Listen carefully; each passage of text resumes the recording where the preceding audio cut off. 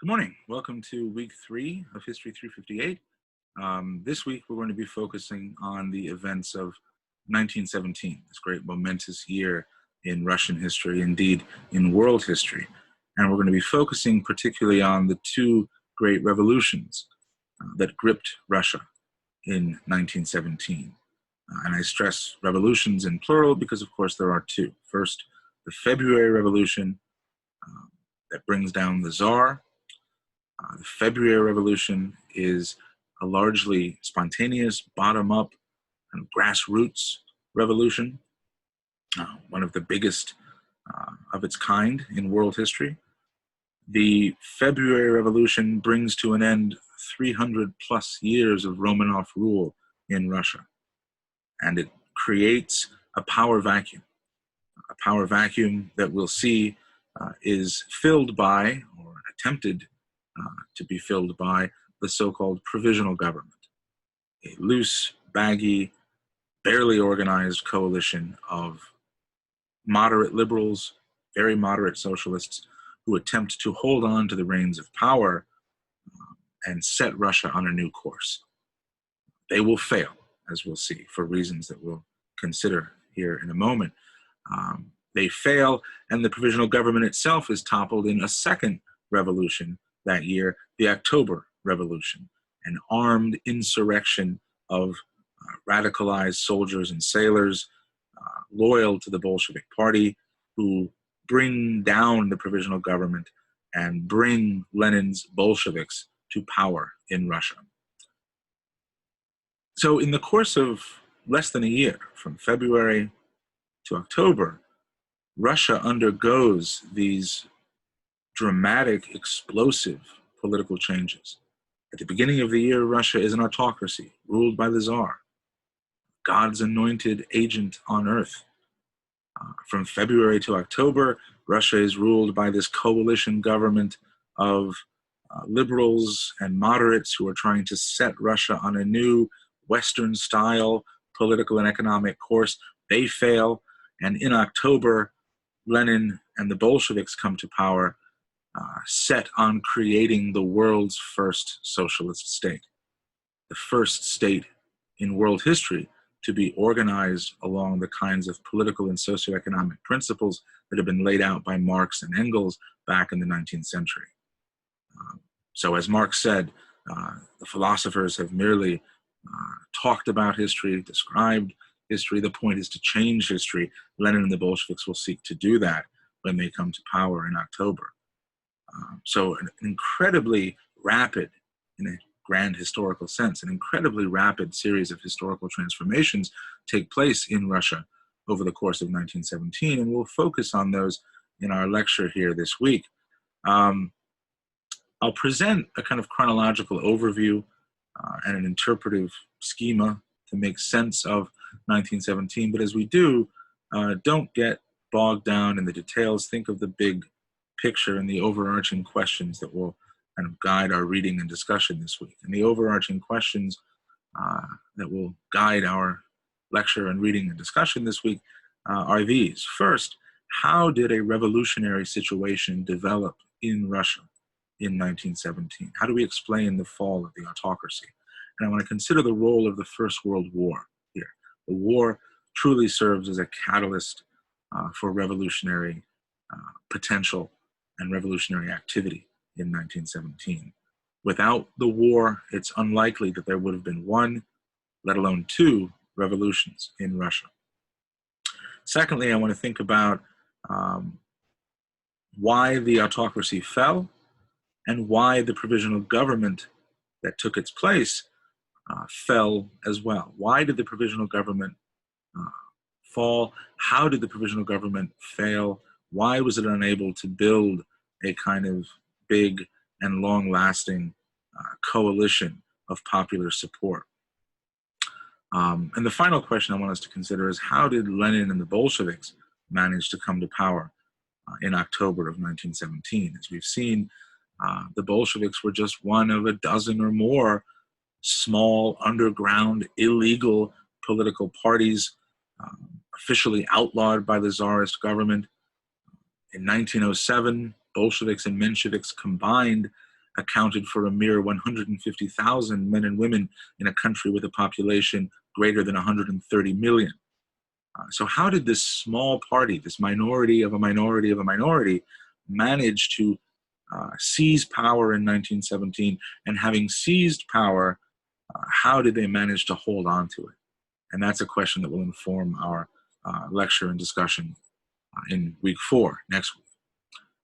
So let me move to the slides, and I'll put these on the screen here for your edification. And as you see here, again, just some very basic terms that will kind of provide a sort of map or timeline, if you will, for the events and questions that we're going to consider in our lecture. So let's get started. By the beginning of 1914, the Russian Empire had stabilized. It had recovered from the traumas of the 1905 revolution.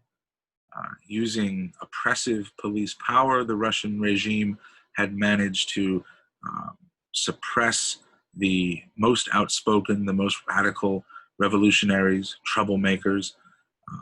Many of them were in Siberian exile, in Siberian prison. Others were abroad in Western Europe, waiting their time, biding their time until they could come back and foment revolution once more. The economy had stabilized. Russia was back on the gold standard. Foreign trade was booming. And to many, celebrating New Year's 1914, the empire seemed here to stay. Even Lenin himself thought as much. As 1914 dawned, Lenin himself felt that his hopes of seeing the socialist revolution break out in his own lifetime were sadly remote. Lenin was in Switzerland with many of his oldest comrades in the Bolshevik Party, and as he put it in a letter to a friend, the older generation, we of the older generation, including himself, may not live to see the long-awaited revolution. And then what happens? A miracle for Lenin and the Bolsheviks. The First World War breaks out in the summer of 1914.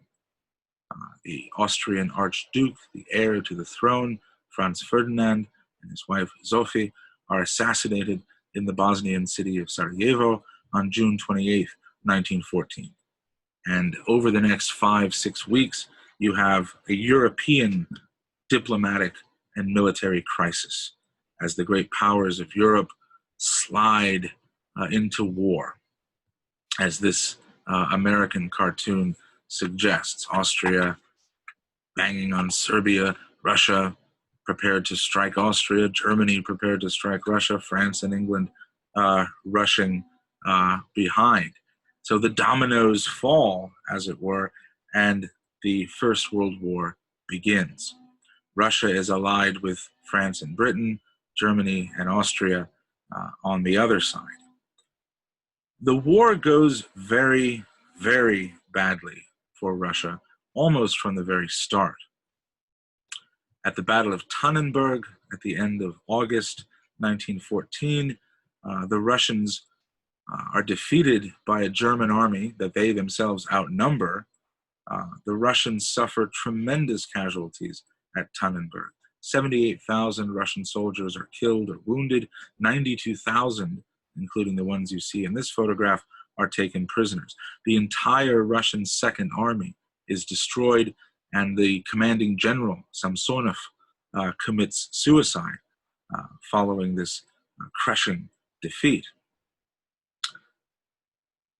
Tannenberg is just one of many military disasters that the undersupplied Russian army experiences in the first months of the war, and nothing gets better. The Russian government is scrambling to pay for a war, to equip and outfit soldiers, to purchase uniforms, to purchase food and bullets. And here you see one of the techniques deployed by the Russian government, deployed by all the combatant nations during World War I to finance the combat, and that is the sale of war bonds. Here you see a placard offering 5.5% interest on the sale of war bonds. And as the caption below reads, the goal of the war bonds is to accelerate victory against the enemy. And if you look just at the imagery we see here, we see an appeal to patriotism. The double-headed eagle, the symbol of the Romanov dynasty, the seal of St. George slaying the dragon in the center, artillery and banners and bayonets on the left. The idea is that the government is making an appeal to patriotism. The government is making an appeal to Russian patriots to do their part, do their duty. A message that is emphasized in this other image from the early part of the war. Again, advertising military bonds, war bonds, excuse me, at 5.5% interest. And only the full, strong participation in the sale of bonds will win the war. It is the patriotic duty of every Russian citizen. And again, if we try to unpack some of the imagery here, we see the double-headed Romanov eagle, the Russian eagle, striking at the German eagle. So a bit of patriotic bluster here to try and sell war bonds. Despite every effort, however, the government was unable to maintain popular enthusiasm for the war. And by 1916, 2 years in, you have a war that is increasingly unpopular with those elements of the Russian population who were being compelled to fight it, largely the peasants and the working class. In the Duma, in the Russian parliament, liberals like Pavel Milyukov, shown here in the center, and other patriotic moderates beg the Tsar, they beg Nicholas II to allow them to participate more directly, more meaningfully in the management of the war. They offer their services to the nation. As we've seen, Milyukov and other liberals were fierce opponents of the autocratic system, but they were also Russian patriots. And they felt that in time of war, it was their duty to put politics aside and offer their services to the nation. Nicholas II, the Tsar, predictably refuses their offer. And in the process, he makes enemies out of figures like Milyukov and others who were willing to help. In November of 1916, Milyukov delivers a fiery speech on the floor of the Duma, enumerating every blunder that the government has made in the prosecution of the war over the past 2.5 years. And at each point, he pauses to ask the audience of the delegates assembled, is this stupidity or is this treason? The implication being that either way you look at it, the outcome is, the analysis is not good. Either the government is hopelessly corrupt, indeed treasonous, or the government is just hopelessly inept and stupid. A government that's not worth saving, a government that's not worth fighting for. And by the end of 1916, the Tsar was becoming increasingly unpopular. This is an image from a French postcard. The French, of course, are allied with the Russians, and you see Nicholas on horseback blessing his troops with an icon of the Mother of God as they are prepared to march off to the front for another senseless slaughter. And while images like this attempted to play on this age-old notion of the Tsar as Batyushka, or little father of the Russian people, the reality is that by the latter half of 1916, few Russian men and women across the country were inclined to view the Tsar in favorable terms. The Tsar was becoming conflated in the popular imagination with a war that was destructive, bloody, and incredibly costly. and the Tsar was tarred, if you will, with the baggage of the war, to mix a metaphor. The Tsar has all of the baggage of the war hanging upon him, and what little popularity he could lay claim to was rapidly disintegrating. In no small part due to his own poor choices. Nicholas and his empress, his wife, Alexandra, were, by the end of 1916, wholly under the influence and control of the so-called mad monk Grigory Rasputin. You've probably seen the Disney cartoon Anastasia. Rasputin was an even worse villain than he appears in that Disney cartoon.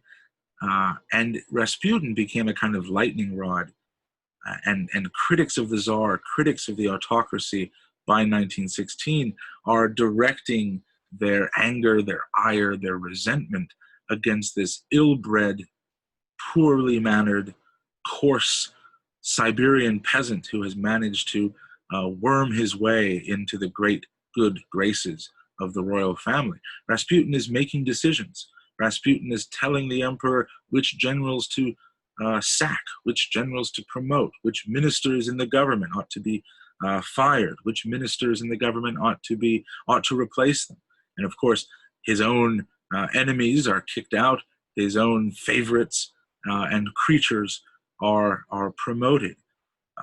And not only for liberals and socialists, but also for those on the far right of the political spectrum, the rise of Rasputin and the influence, the undue influence that Rasputin wielded in the very palace, in the very inner sanctum of autocratic power, was a great cause for concern.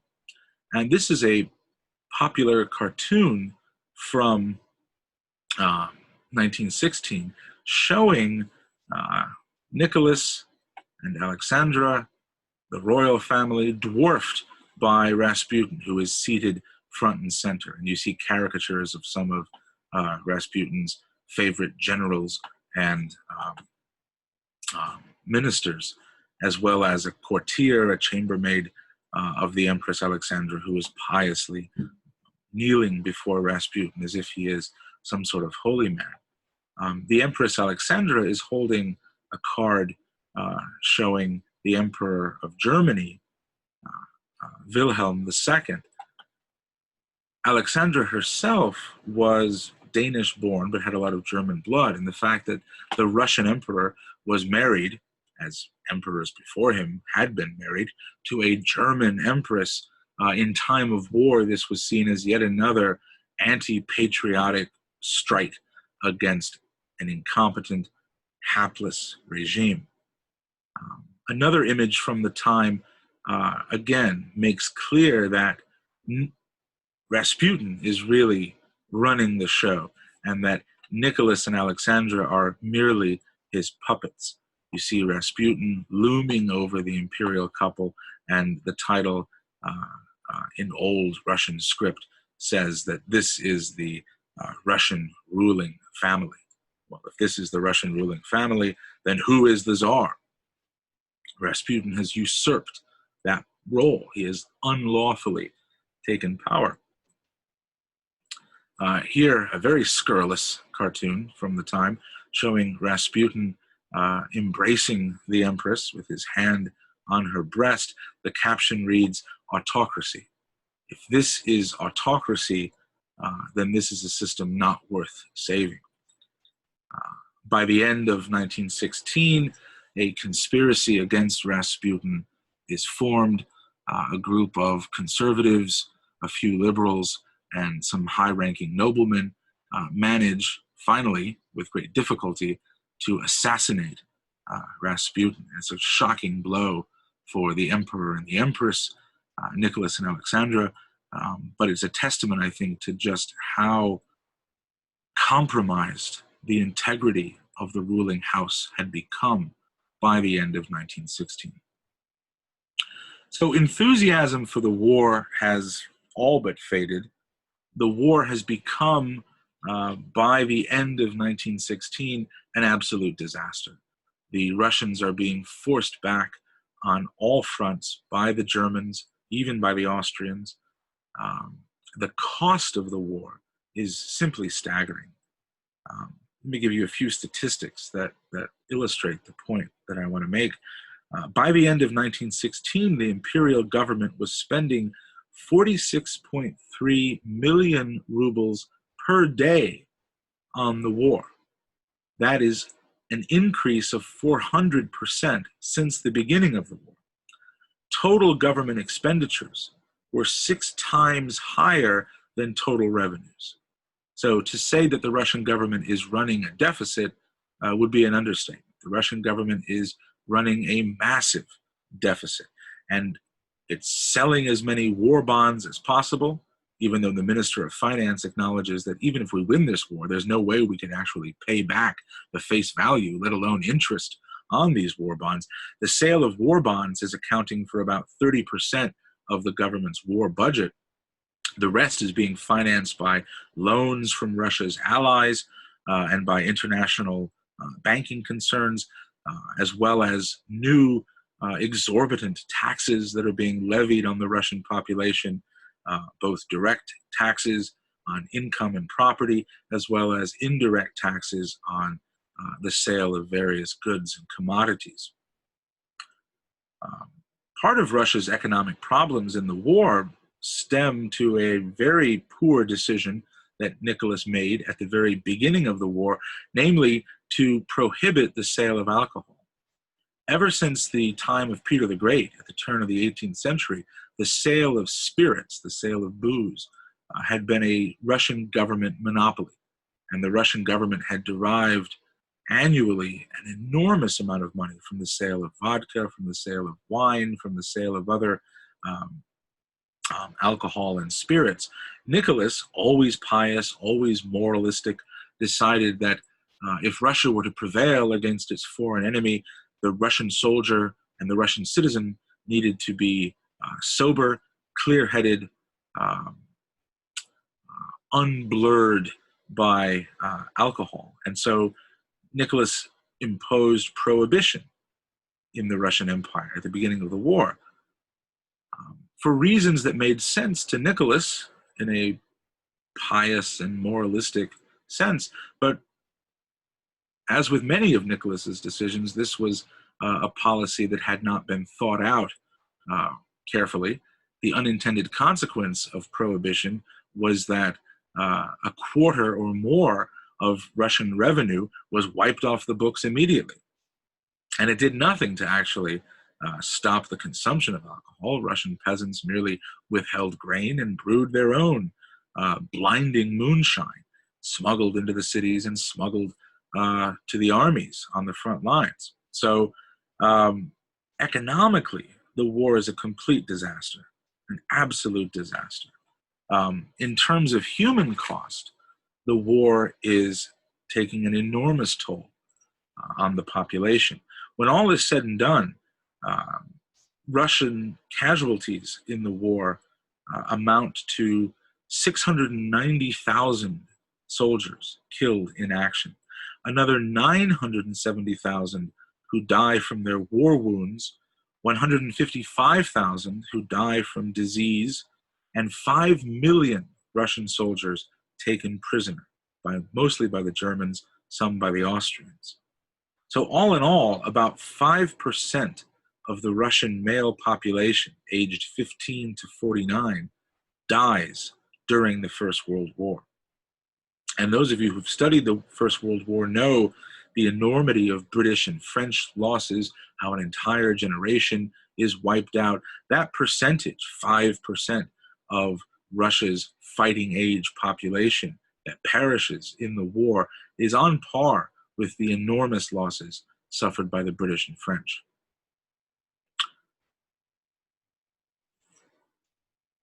I want to share with you a passage, a brief excerpt from a letter written at the end of 1916 by one of the leading Moscow factory owners, one of the leading entrepreneurs of the Russian Empire. And he writes to his friend who is serving on the imperial general staff. And the factory owner, the entrepreneur, is writing about the dismal and precarious situation that he observes on the home front. He writes, "There is total disintegration in the rear. The government is rotting at its very roots. And this decaying situation," he says, "threatens to drag the army's valiant front and talented strategy down with it. We on the home front are powerless or nearly powerless to combat this evil. The excited mood of the masses, particularly the workers," he says, "may serve as the first spark of a conflagration, a great fire, the extent of which none of us can either foresee or localize. The deluge is imminent. The flood is coming." So like Louis XV in France back at the end of the 18th century, this letter writer predicts that a revolution is coming. He ends this letter with a very interesting observation. Having outlined all of the problems, all of the ills and woes that are to come, he says, "The pitiful, worthless, slimy government prepares to meet this cataclysm with the measures ordinarily used for protection against a rain shower. The government slips on its galoshes and opens up its umbrella." And I think what's interesting about this letter, this particular report, is that it's not written by a radical socialist revolutionary. It's not written by a radical Marxist, a disaffected student radical, or an angry worker in the factories, or a soldier who's sick and tired of seeing his brothers in arms die for no good reason. It's written by a wealthy, established member of Moscow society, a captain of industry, a millionaire, a man of the status quo. And so even those elite elements of Russian society recognize by the end of 1916 that the autocratic government is incompetent and worthless, that it's incapable of saving itself, and perhaps in the final analysis, not worth saving. There's a remarkable passage in the diaries of the British ambassador to Russia, a man named George Buchanan. He met with the Tsar personally on many occasions throughout the war.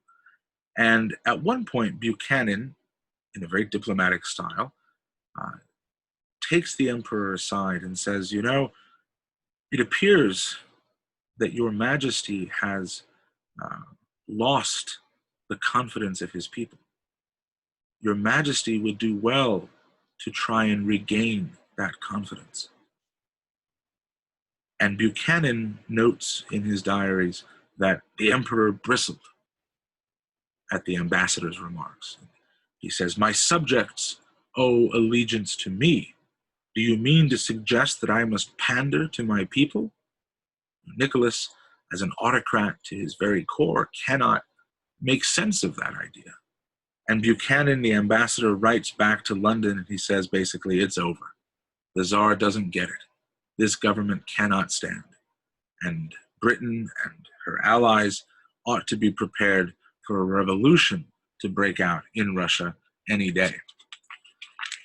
And as 1916 gave way to 1917, it certainly looked as if a revolution was about to break out.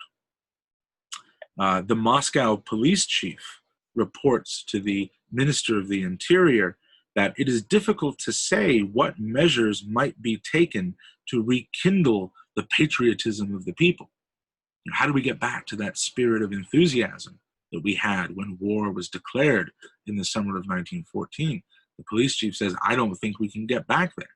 And if we've lost the patriotism of the people, if we've lost the popular enthusiasm, how do we continue to fight this war? Worker discontent was on the rise. Throughout the whole of 1916, the Russian economy lost nearly 3.5 million labor days due to strikes. A labor day is calculated as the amount of productive labor that a worker performs in the course of a 10-hour workday. Because of strikes, because of worker unrest, The Russian economy, already strained to the breaking point, lost nearly 3.5 million productive days because of strikes and unrest. Police report after police report from the end of 1916 indicates that the workers are being riled up, the workers are being radicalized by Marxist troublemakers, quote unquote troublemakers, who are infiltrating the factories, propagandizing socialist dogma to the workers, turning them against the war, turning them against the government. In the summer of 1916, the Tsar's own general staff, hardly a bunch of bleeding heart liberals, comes to the Tsar, they come to the Tsar and they say, look, we have to keep the economy going, we have to increase rations to the workers. Russia, like all of the combatant nations in World War I, was on a rationing system, and workers' rations were barely sufficient for them to get by. We have to provide them with enough food so that they can work, or else we can't produce bullets and guns. We have to produce these war materials in order to keep the war going. So let's come up with some way to subsidize cheap food for the workers. The Tsar ignores their plea. The economy, the economic life of the average worker was being pushed to the breaking point as well. As more and more money is printed, money loses its value, it loses its purchasing power. And so while the workers are earning more in the factories than the peasants are out in the countryside, the workers' salaries are increasingly unable to make ends meet. By 1915, 3/4 of the workers' salary is going just to buy food, and not enough of it at that. So as 1916 gives way to 1917, you have an incredibly explosive situation, particularly in the urban centers of the empire, in Moscow, and especially in the capital of St. Petersburg, or Petrograd. In January of 1917, more than 100,000 workers in the capital of Petrograd go on strike. And the strikes continue to mount. More and more workers take to the streets, calling for food, calling for economic relief, calling for an end to the war. By February 11th, half the workers in the capital are on strike. By February 14th, the figure is up to 80%. And on February 23rd, the general public joins the striking workers. Thousands of women take to the streets in observance of International Women's Day, calling for women's rights, calling for women's suffrage. And so you have masses of demonstrators crowding the streets of the imperial capital, calling for economic demands, calling also for political demands. And the most pressing demand is simply food. The war economy has essentially diverted Russia's transportation networks to shuffle troops and men and material, which means less and less food is coming into the cities. More and more food is going to the front. So by February of 1917, only 25% of what the cities need to feed their population is actually making its way to the urban populations. So these protesters, demonstrators like you see in this photograph here, are taking to the streets. They're calling for more bread. They're calling for cheaper bread. They're calling for an end to the war. They see what they're doing, many of them at least, as an act of patriotism. You can see here they're beneath the tricolor flag of the Russian Empire. They're calling for an end to the war. They're calling increasingly for an end to the autocracy. So the Tsar and the war, as I mentioned before, are conflated, becoming combined in the popular imagination. And over the course of the next 3 days, February 24th, 25th, 26th, The crowds grow larger, the crowds grow louder, more militant. At bread distribution points across the city, there are scuffles, there are shots fired, there are riots, and the killing starts on Saturday, February 25th. Armed police and mounted gendarmes or police on horseback open fire on the demonstrators at various points throughout Petrograd. But the crowds are simply too big. They take the upper hand, and the police presence begins to melt away. Russian policemen under the imperial period wore bright blue uniforms. The smartest policemen quickly take off those uniforms for fear of reprisal. You have street fighting, you have bloodshed continuing throughout the weekend, Sunday, February 26th.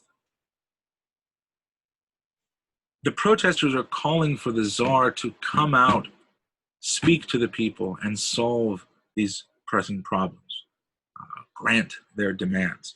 But Nicholas, of course, is with the army, 400 miles away to the southwest.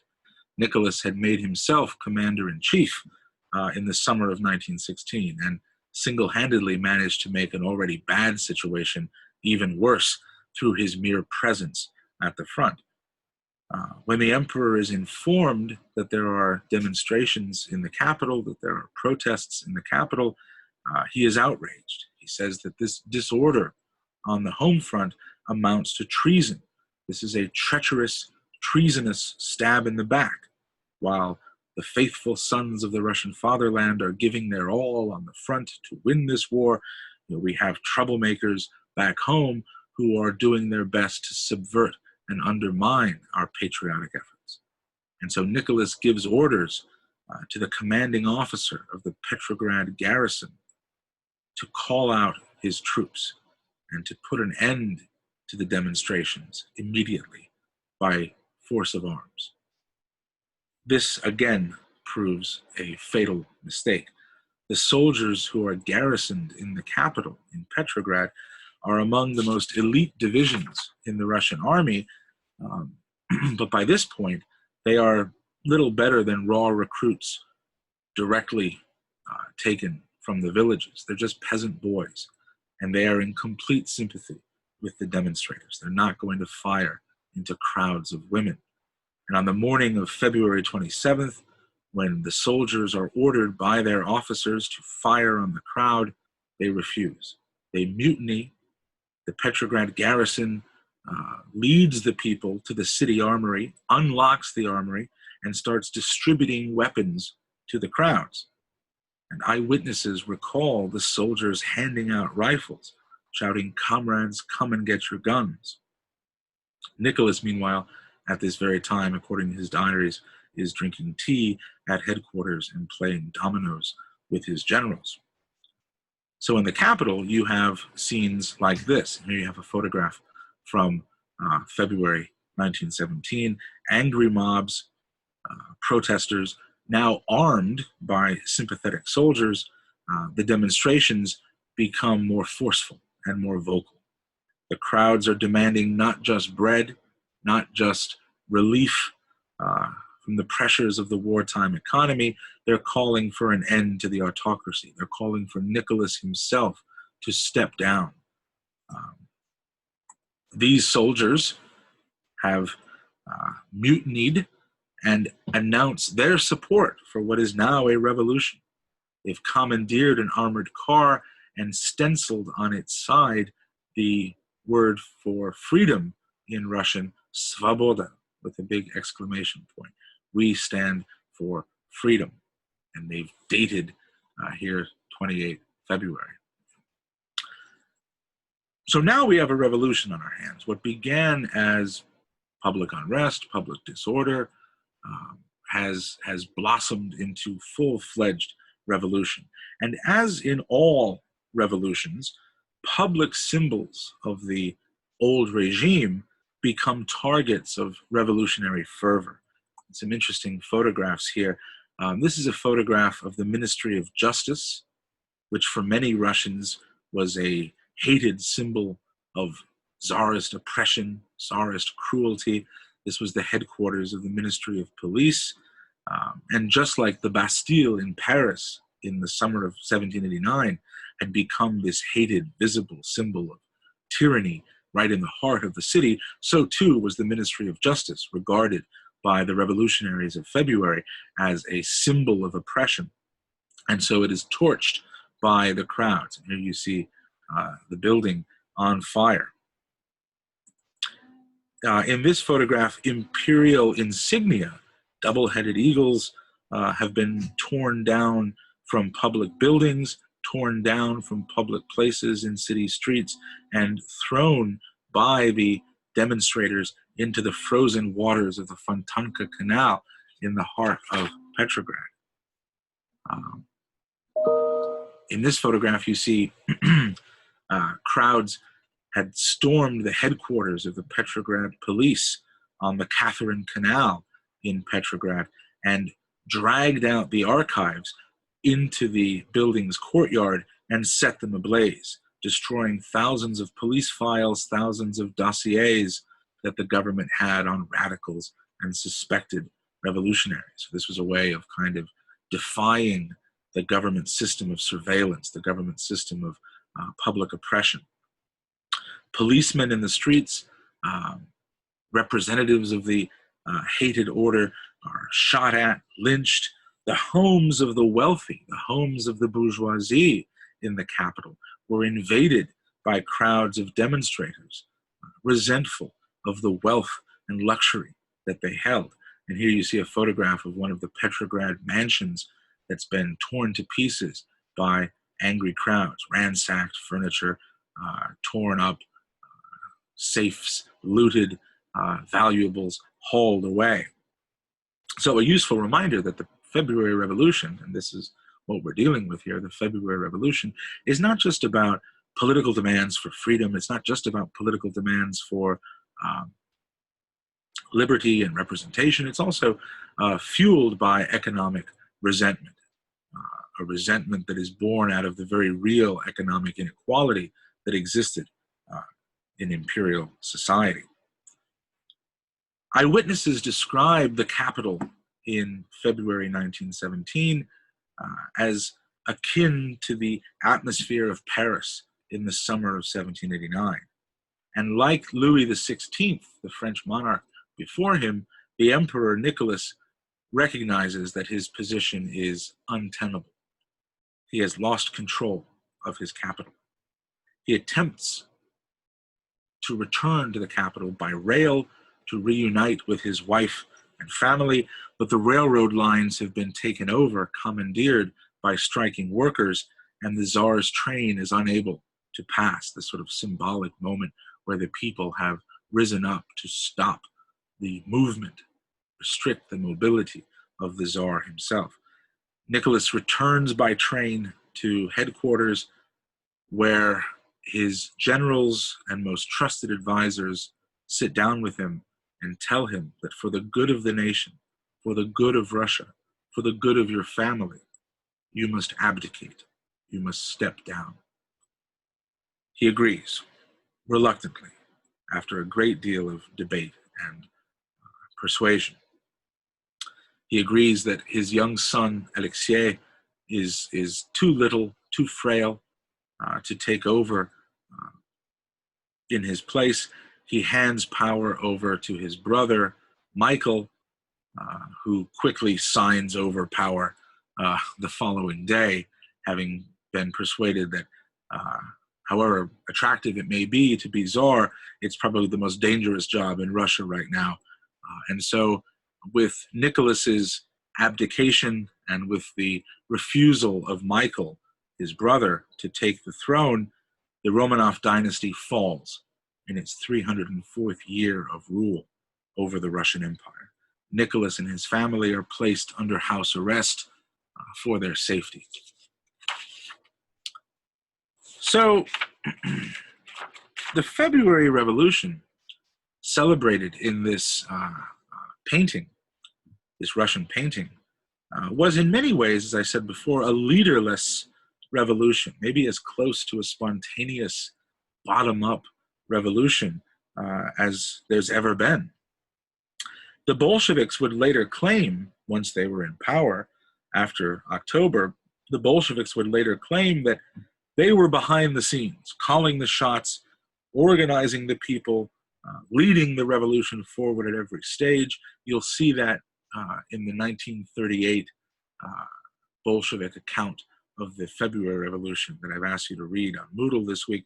But this is all just fake news. The reality is that what brought down the Tsar was a broad social coalition made up of various disparate and disaffected social groups: radicalized students, angry, discontented soldiers, radicalized workers, and tens of thousands of ordinary Russian women and men who are sick of starving and dying for a war that the government itself seemed incapable of winning. So when the dust settles from the February Revolution, Russia enters a new world, uncharted territory. And the big question is, now with the Tsar gone, who is in charge? Where does power lie? How will power be apportioned? And who will wield power in this new political landscape? Well, Russian liberals and moderate socialists, Mensheviks, moderate SRs, but not Bolsheviks, Russian liberals, Mensheviks, and moderate SRs decide that they will fill the power vacuum by forming what they call the Provisional Government. Its first leader is a liberal-minded nobleman, Prince Georgy Lvov, shown here. The leaders of the Provisional Government, Lvov and company, were members of the Duma, right? The Duma was that elected but essentially powerless body that Nicholas had created after the 1905 revolution. And with the Tsar gone, the Duma was really the only institution left standing. And so Duma members rush to form a new provisional government. The name is telling here, provisional as in temporary, because Lvov and the new ministers of the provisional government declare that theirs is a temporary government that is only holding power until we can have a national election and vote in a new national constitution and a new national government. So we're waiting for the Constituent Assembly, which will be formed down the road. And they take this name, Constituent Assembly. It may ring a bell. It's a name borrowed from the French Revolution, right? The early body formed in 1790 to draft a new constitution for the emperor, for the French nation. So we will have elections, we will form a constituent assembly, we will draft a constitution, we will lay the foundation for a new Russia.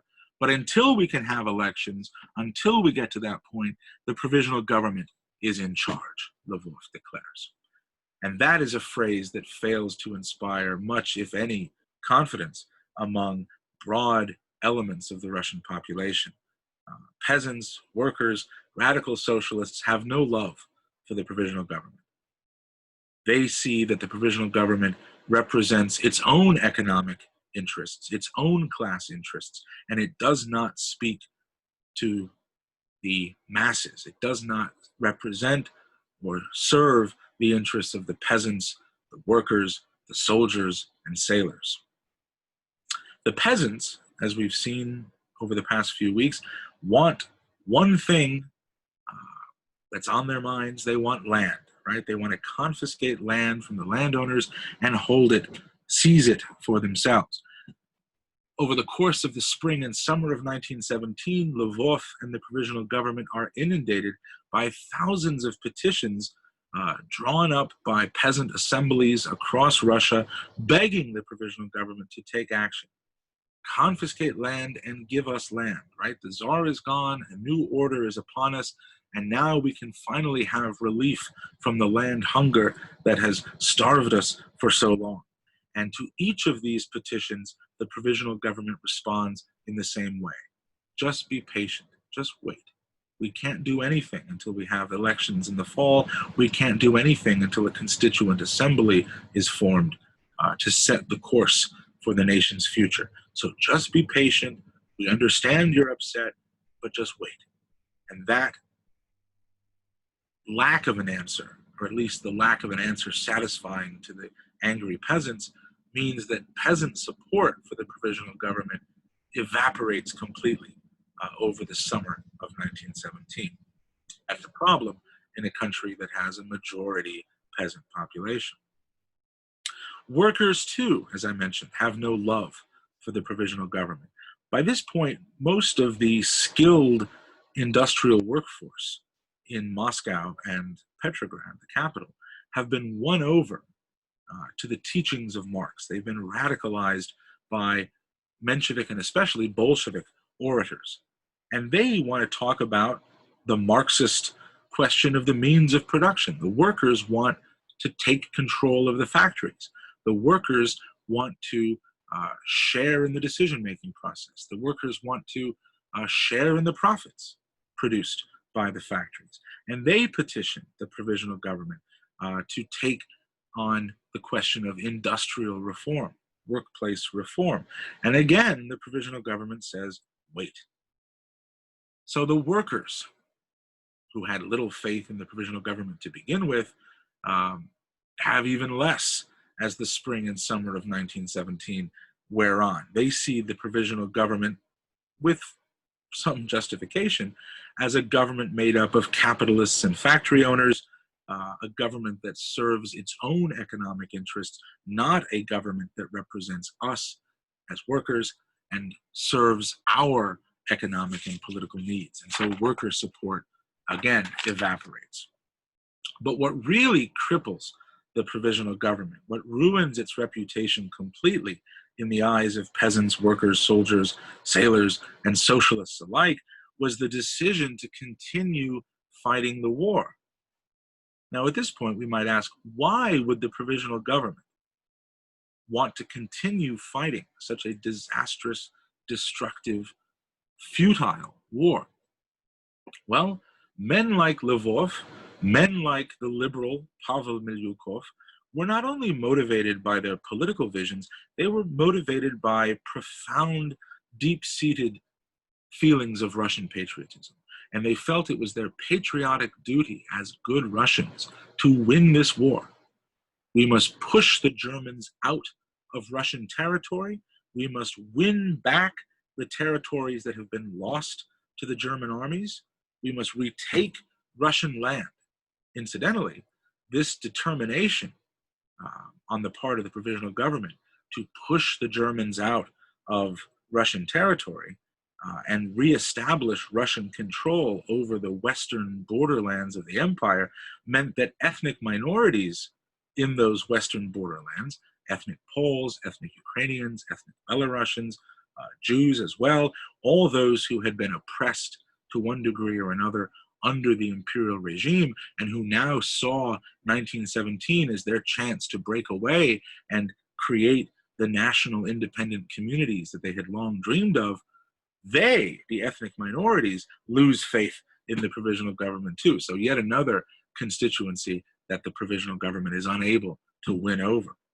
Milyukov, the leader of the liberal faction, the liberal cadets, serves as the foreign minister in the provisional government, and he declares that Russia will continue to fight the war. It is a matter of national pride and a matter of honor as well. Russia must respect its obligations to its French and British allies. Now, that was pleasing enough to the French and British ambassadors, perhaps even cheering to French and British audiences on the other side of the continent, but it was the last thing that Russian soldiers wanted to hear. To say that the war was unpopular with the Russian soldiers who were fighting it would be a grave understatement. By the fall of 1917, nearly 2 million Russian soldiers deserted. 2 million. And they took their guns with them, and they went back to the cities. They went back to the countryside, telling their friends and relatives and family members what the conditions were like, further turning popular opinion against the war and against the provisional government. So just as there had been this broad segment of Russian society that was dissatisfied with the autocracy, with the imperial government, so too, from spring 1917 forward, from its very inception, the provisional government finds that it too is faced with an array of opponents who are discontented with, dissatisfied with the provisional government, the makeup of its membership, and the policies that it's pursuing. In response to that dissatisfaction, in response to their own distrust for the provisional government, Russian workers, Russian peasants, Russian soldiers form their own assemblies. They form their own councils to represent themselves, to represent their own interests. The Russian word for council or assembly is Soviet or Soviet in its anglicized form. And in the spring of 1917, you have hundreds of Soviets, hundreds of councils that spring up like mushrooms all across Russian cities, all across the countryside, even on the front lines. So what you have in the spring and summer of 1917 is a kind of power struggle. You have multiple powers that are asserting their right to rule. You have multiple sites of political authority that are forming and claiming for themselves sovereignty, the right to govern, the right to rule. And the big political question across the Russian Empire in the spring and summer of 1917 is, where now does power reside? Power had resided in the person of the Tsar. Now who possesses power? Does power reside with the provisional government, with the top-hatted, waistcoated men of property who are claiming for themselves the right to rule over the nation? Or does political power reside in the Soviets, these makeshift councils of workers, peasants, soldiers, and sailors that are becoming increasingly impatient with a government that will not listen to their demands? And historians have described this phenomenon as the dual power problem, the problem of dual power in Russia.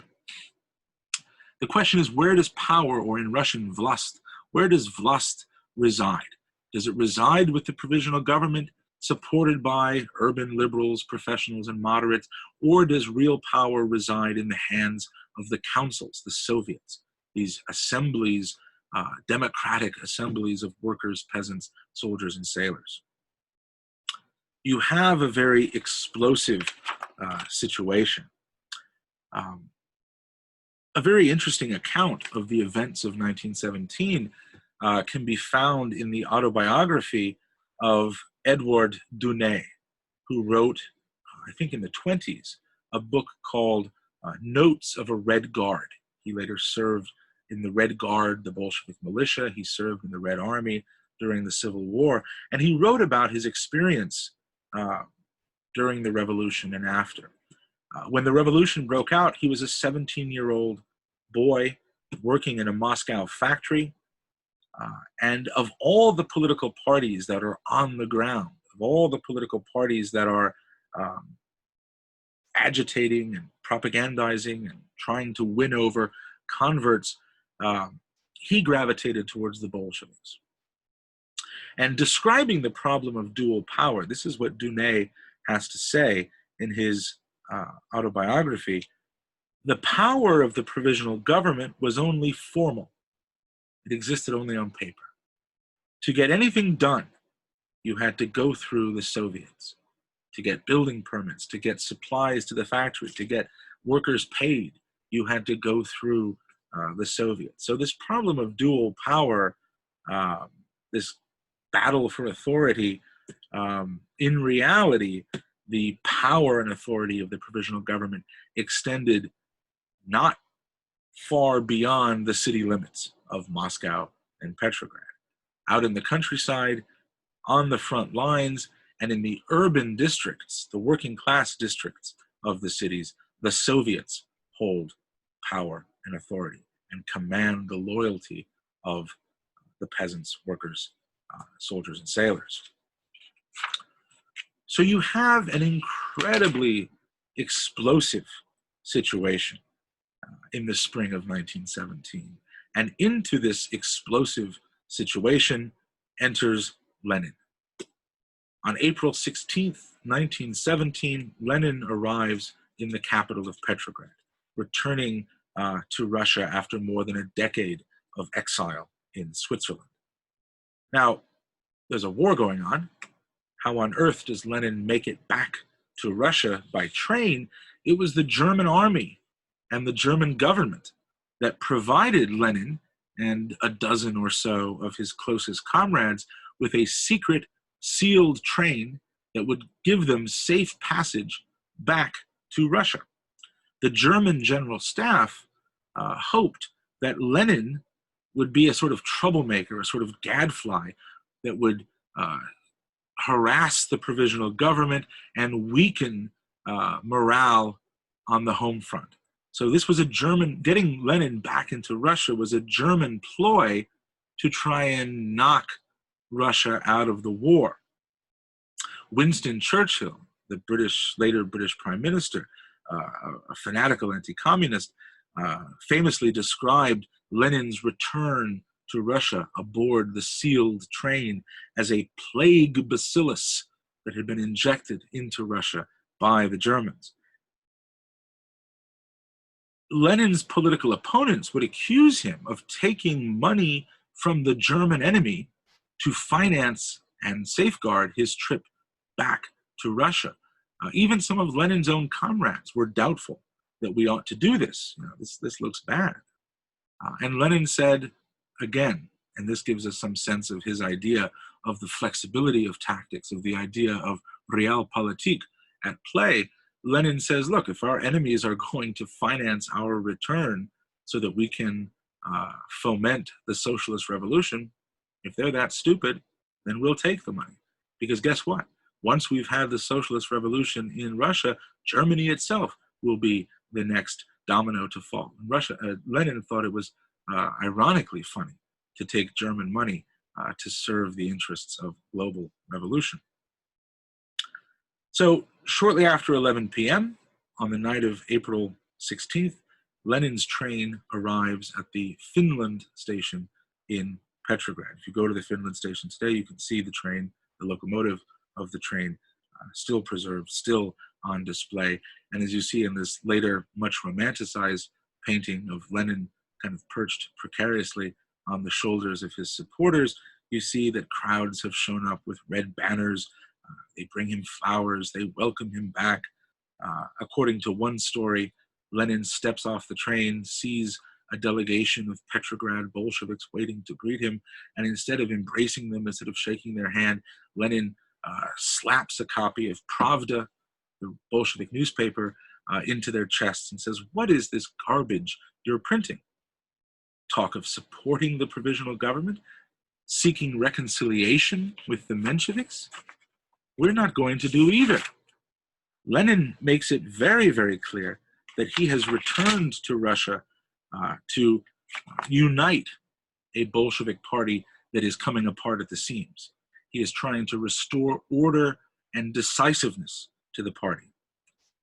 He delivers an impromptu speech at the train station, summing up his thoughts on the present situation. He says, "The people need peace, the people need bread, the people need land. And the government gives you war, hunger, no food, and the land remains still with the landowners." The very simple rhetoric that Lenin deploys here is, I think, worth considering. This us versus them rhetoric that Lenin deploys very effectively. The Bolsheviks are for land, peace, and bread. We are against any and all who would deny the immediate implementation of this message. So Lenin immediately takes this opportunity to position the Bolsheviks in opposition to the foot-dragging, do-nothing provisional government, and takes pains to present the Bolsheviks as the decisive party of revolutionary action. Immediately upon returning to Russia, Lenin issues the so-called April Theses, which formalize the statements he made at the Finland station upon his return. In the April Theses, Lenin declares that the Bolshevik Party will not cooperate with the provisional government, rather that Lenin and the Bolsheviks will seek a more radical, a more revolutionary solution to the present crisis.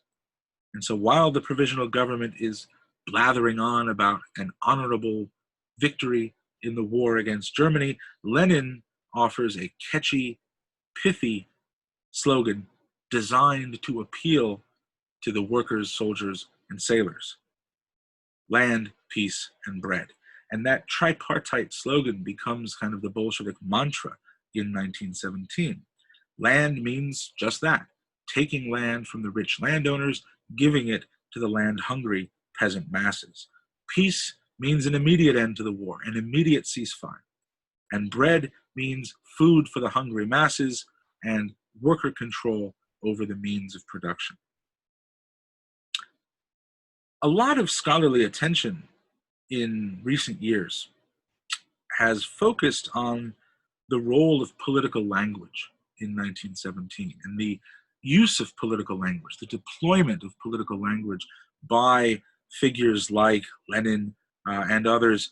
And I think this is a very fruitful avenue of historical inquiry. If you look at the speeches made by ministers in the provisional government in the spring and summer of 1917 and compare them to the speeches issued by Lenin and Zinoviev and other Bolshevik orators in that same period, the differences, the striking differences are quite remarkable. The provisional government speaks of the need to preserve the Russian nation. The provisional government talks about the need to transcend class divides, speaks of the need for the nation to coalesce and come together. Lenin and the Bolsheviks are speaking a kind of class-based rhetoric that appeals to an increasingly radicalized sector of Russian society who think in terms of class, who do not think in terms of the nation. So while the provisional government is talking about bringing the nation together, Lenin and the Bolsheviks are sending a very different message. They are playing to their core social base of support, preaching the kind of class-based message that will appeal to their core constituency of workers, soldiers, sailors, and poor peasants. Over the course of the summer and into the fall of 1917, Bolshevik support skyrockets. The Bolsheviks go, again, from being one of just a dozen or so minority factions on the political landscape to being the dominant party in Russia by the beginning of fall 1917. Between February and August, membership in the Bolshevik Party swells from 24,000 to more than 200,000. And as the Bolshevik Party wins over more and more soldiers, sailors, workers, and poor peasants, the Bolsheviks are able to win majorities in the Soviets, in the assemblies. By September of 1917, the Bolsheviks control 90% of the seats on the Petrograd City Soviet. They control 60% of the seats on the Moscow City Soviet. And this chart, this graph, I think, gives you a good example or a good visualization of that enormous growth in support for the Bolshevik Party.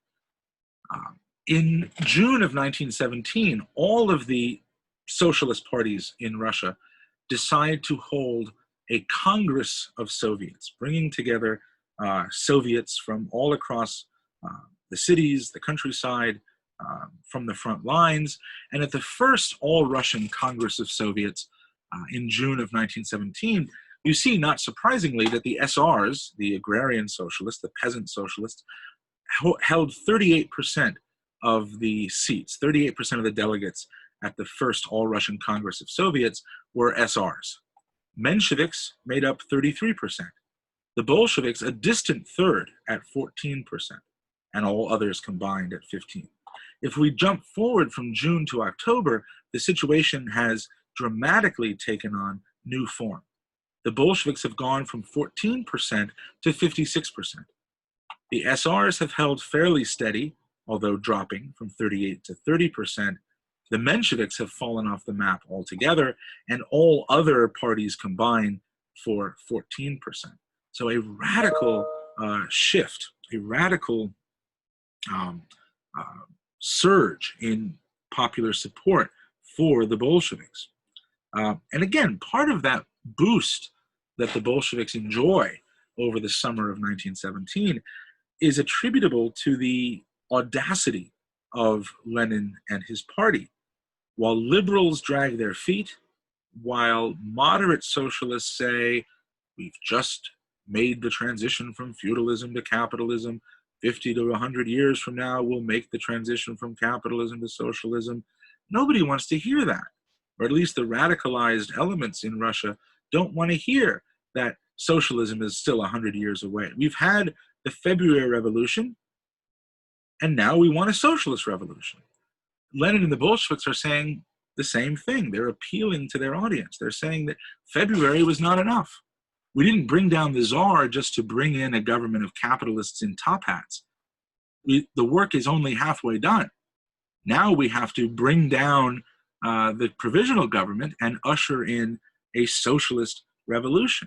And that daring, that sense of daring, that sense of audacity really appeals to Russian workers, soldiers, and sailors, and poor peasants who are sick and tired of the provisional government, who want more, who want their economic and political grievances finally to be heard. So I think Lenin's ability to position the Bolsheviks rhetorically through his use of political language to position the Bolsheviks as the only party willing and, more importantly, able to take power, I think helps to explain this great sea change that we see over the summer and early fall of 1917.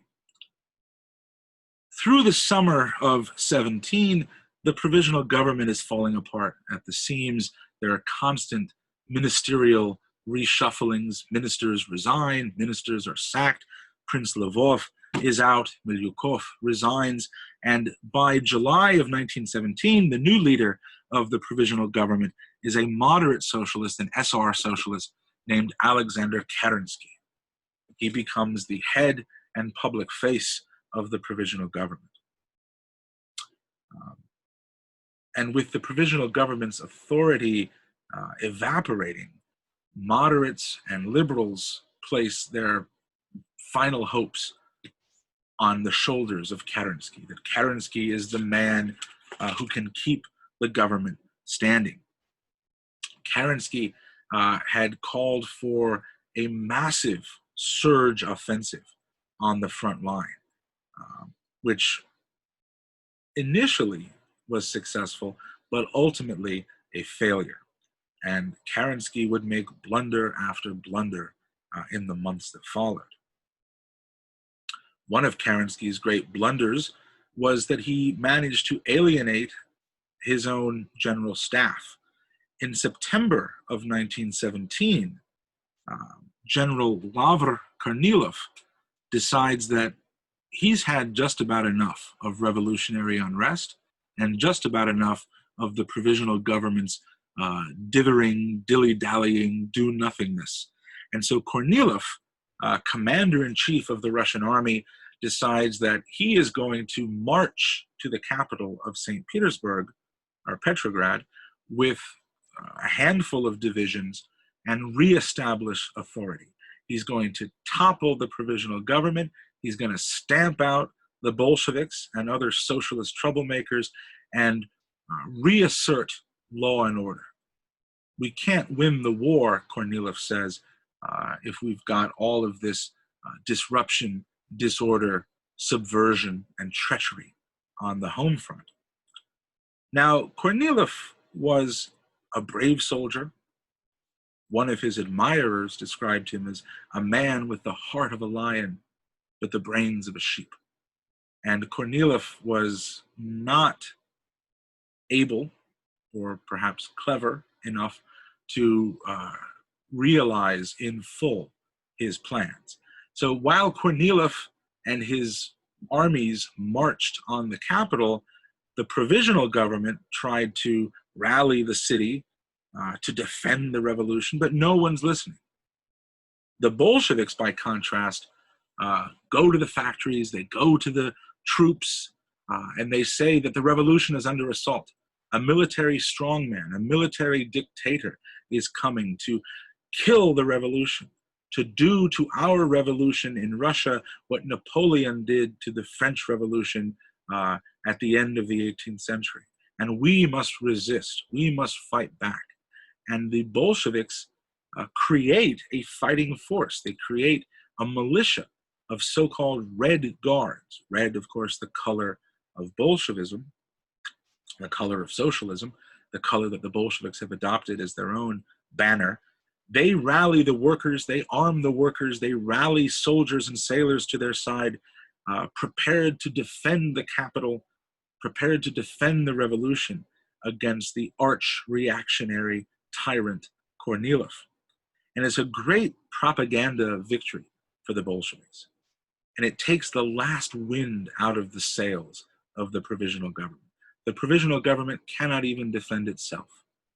The Bolsheviks are the only force on the ground able to defend the revolution, to defend what the revolution stands for. So while the provisional government appears weak and irresolute, the Bolsheviks are able to portray themselves as the saviors of the revolution. In October, Lenin decides that the time is right. It's time now for the socialist revolution. Remember, in What Is to Be Done, Lenin had argued, controversially, that when the time was right, the party would lead the workers forward.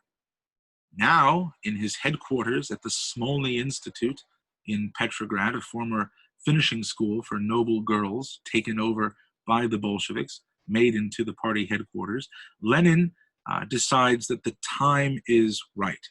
On October 24th, 1917, Lenin writes to the Central Committee, the sort of nucleus of the party organization, that we must now take action. He says that history will not forgive revolutionaries who procrastinate when they could be victorious today, if only they take action. He says it would be an infinite crime upon our heads if we revolutionaries let this moment slip. The provisional government, he writes, is tottering. It must be given the death blow now at all cost. And so at Lenin's orders, and implemented by his faithful disciple Trotsky, groups of Red Guards are mobilized on the night of October 24th, 25th. These Red Guards, again, are militias of soldiers and sailors, well armed, loyal to the Bolsheviks. They move throughout the city. They move throughout Petrograd and capture strategic points across the city. They capture the telegraph office. They seize control of the means of communication. They seize the train stations to prevent inflow or egress from the capital. They seize the electric power plants. They seize the city banks. They seize control of the government offices. And most dramatically, at a prearranged signal, an artillery blast from the cruiser Aurora, docked in the Neva River, Bolshevik Red Guards storm the Winter Palace, the seat of the provisional government. The provisional government is arrested. Kerensky himself has managed to flee in advance. He makes his way out of the country, spends the next 50 years pacing around the campus of Stanford University in California, muttering about the damned Bolsheviks, plotting his return, which of course never materializes. And so with the storming of the Winter Palace, as you see in this dramatic photograph, the provisional government is toppled, and the Soviets, the councils represented by Bolshevik majorities, has taken power. This is a great, beautiful photograph of the storming of the Winter Palace. It's also a complete fake.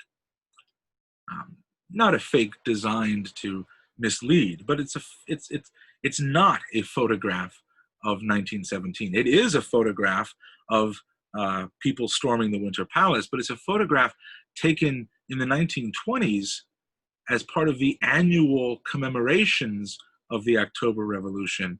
The Bolsheviks would organize these reenactments, and they would get soldiers and factory workers and students to dress up and participate in this dramatic historical reenactment. So many times you'll see photographs in textbooks and the caption reads, "The Storming of the Winter Palace, 1917. No, there are no photographs of that dramatic event. Any photograph you see is in fact a later reenactment. We can talk too about how once in power, the Bolsheviks create this kind of mythology that commemorates the heroism and valor and sacrifice of that event. So shortly after 2 a.m., early in the morning, October 26th, the Second Congress of Soviets is in session. Its members receive notice by telegram that the Winter Palace has fallen, that the provisional government has been toppled, and that the Soviets, led by the Bolshevik Party, is now in power. Angry, infuriated at what they see as an unlawful, unjust seizure of power, the Mensheviks, the moderates, and the SRs storm out of the meeting hall of the Second Congress of Soviets. This is a Bolshevik coup. This is a Bolshevik putsch, an illegal seizure of power. You are forcing history's hand.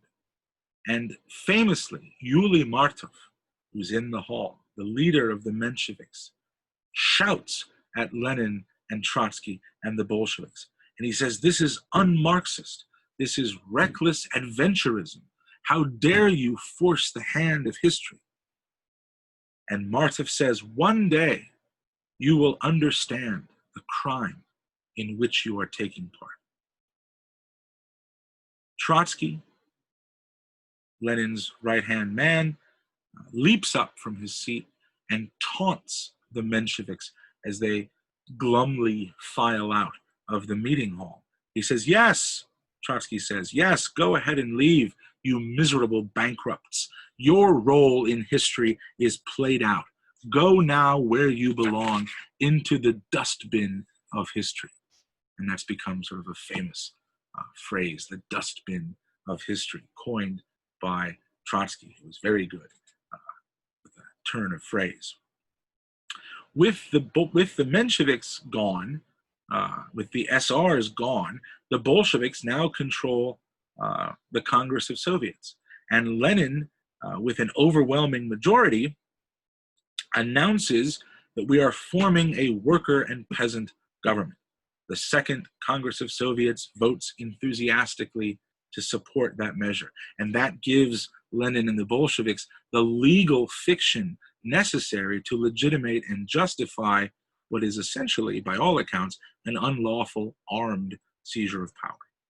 So, in the early morning hours of October 26th, 1917, the October Revolution is performed. The October Revolution is won.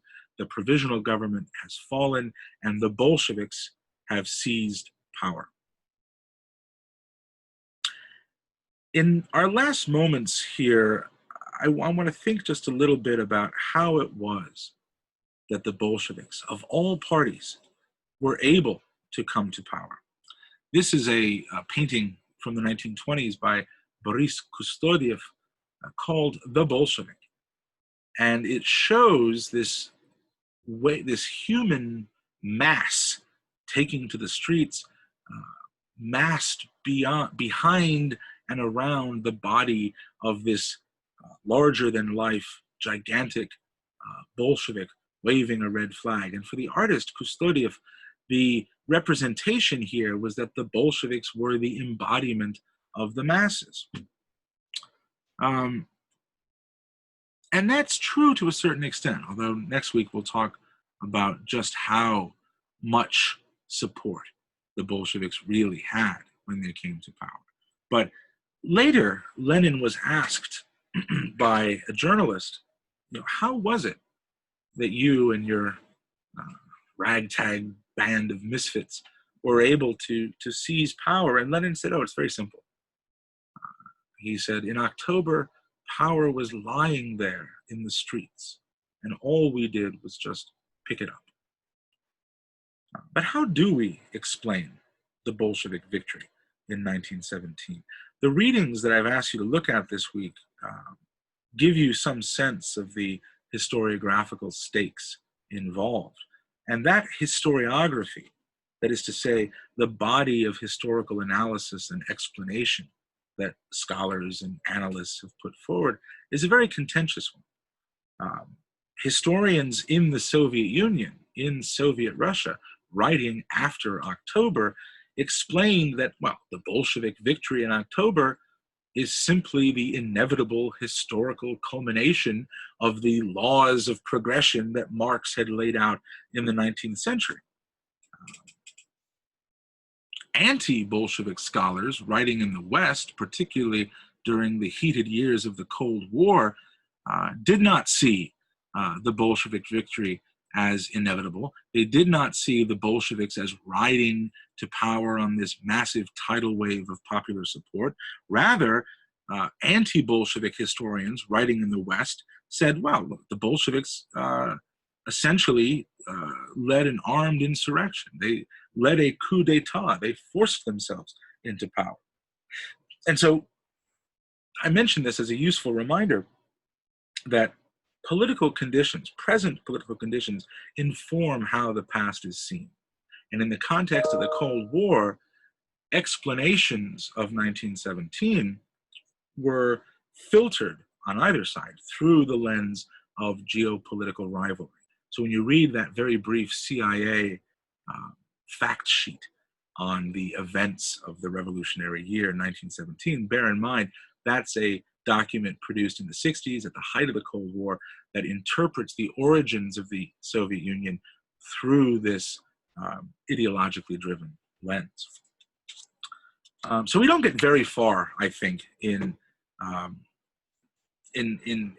taking seriously either explanation. Again, there's nothing inevitable about the Bolshevik victory. There's never anything inevitable, I think, in the course of historical events. Nor does it get us very far to see October, as Western Cold Warriors were wont to do, simply as this coup d'etat. The fact is that Bolshevism succeeded in 1917 because the provisional government failed. Kerensky and company were unable to establish and maintain control over Russia following the February Revolution. And the chief reason for that, I would argue, is the determination of the provisional government to continue fighting that war. Similarly, and in addition to that, we have to add the provisional government's dogged refusal to address the land question, thus alienating the peasants, the provisional government's stubbornness and refusal to address economic and industrial reform, thus alienating the workers. And the provisional government, mired in this war, found that it was unable to resolve any issue. All of the government's energies and efforts were being poured into fighting a war that even Kerensky, by the bitter end, knew was unwinnable. Kerensky famously was said to have wept aloud at a meeting of the provisional government in the summer of 1917. He says, "I want to take a middle road here, but no one will help me." I would argue that a middle road was impossible to take by the summer and early fall of 1917. Remember the process of dual polarization that we talked about in week one, that thesis, that model laid out by Leopold Haemsen. Not only are state and society diverging recklessly and wildly, but within society too, there are irreconcilable conflicts beginning to emerge, conflicts that are exploding into confrontations throughout 1917.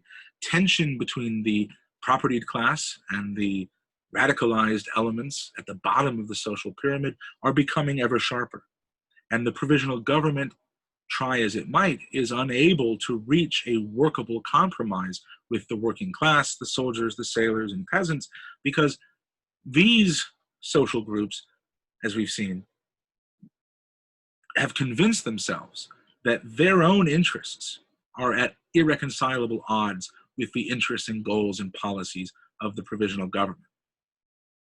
The provisional government is pursuing, in the summer of 1917, what it calls the policy of nadklasnost, a Russian word of some interest, perhaps, to those of you who are studying Russian, but the word nadklasnost means transcending class division. Right? We're not going to appeal to this social class or this social class. We're going to appeal to the nation, the Russian nation. We're going to rebuild a Russian nation that has been shattered into divided classes by the tyranny of autocracy and the pressures of the war. We are going to think about the nation. And in speech after speech, Kerensky and company are appealing to their audiences, think of the Russian nation, think of the Russian nation. What can you do, they ask their audiences, for the Russian nation? The problem is that workers, soldiers, and peasants don't want to think about the nation. The nation as a category, the nation as a construct or intellectual concept means nothing to them. Workers, soldiers, sailors, poor peasants are thinking increasingly, perhaps even exclusively, in terms of class. In other words, they're not thinking of themselves as citizens of a Russian nation. They're thinking of themselves as workers, peasants, soldiers, sailors, with specific interests unique to their identities as workers, soldiers, peasants, sailors. And the Bolsheviks are able to detect this sense of class identity. They're able to pick up on it, and they're able to run with this divisive class-based rhetoric. So the Bolsheviks succeed in 1917 where all others fail for interrelated reasons. One, the role of Lenin himself. Lenin's personal role in all of this, I think, cannot be underestimated. Lenin proved a brilliant tactician, a skilled political animal. He was able to lead his party more effectively, more adroitly than any other figure on the political landscape in Russia in 1917. Secondly, I think we have to consider the role of rhetoric and language here too.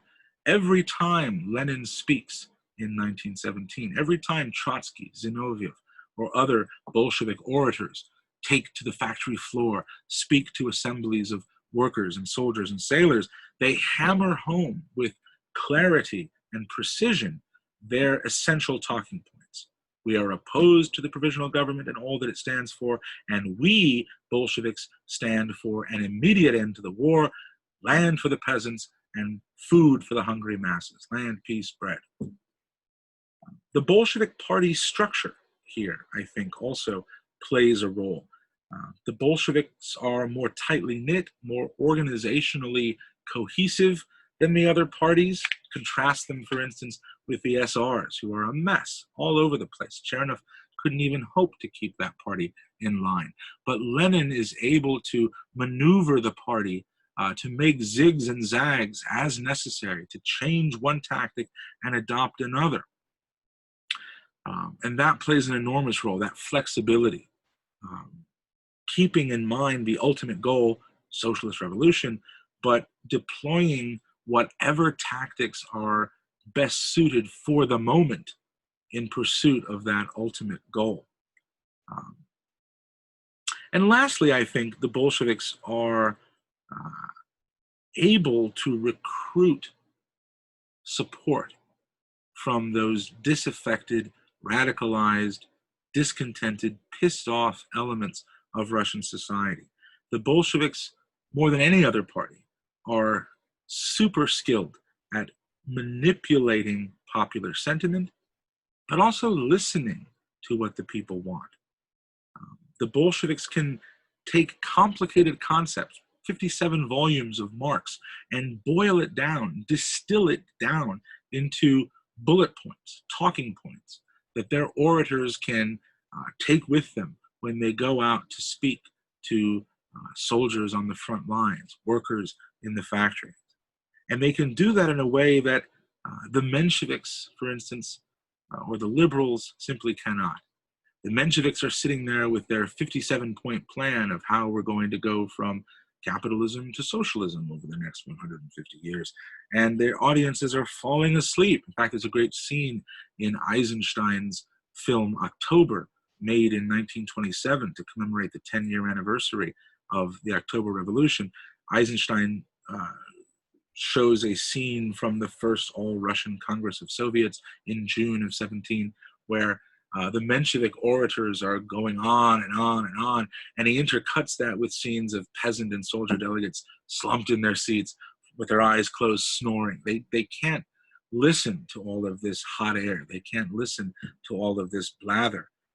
Whereas the Bolsheviks, again, are able to take the pulse of the nation, figure out what the people want, and sell them a message that will appeal. And I think that explains that dramatic surge that we saw in the chart of 14% for the Bolsheviks in the summer, 56% by October.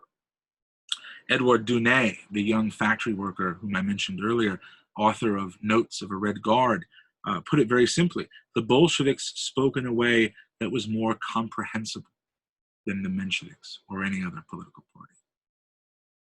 And you have to be comprehensible. You have to make sure your audience gets what you're selling. So the revolution is achieved, October 26th, 1917. But while it is achieved, it is not yet won. And the question we'll turn to next week is how the Bolsheviks, having taken power, will attempt to hold on to it. And so we'll look at questions of state formation and how the Bolsheviks make it through and win the civil war that follows the revolutions. So I'm going to stop this lecture now. This is a very long lecture, I realize, but I wanted to put it all in one rather than kind of break it up. Let me stop the share. Let me stop this lecture and stop the recording, and we will pick up with these themes and address your questions and the readings in our course discussion this Friday. I look forward to seeing you there. Okay, thank you.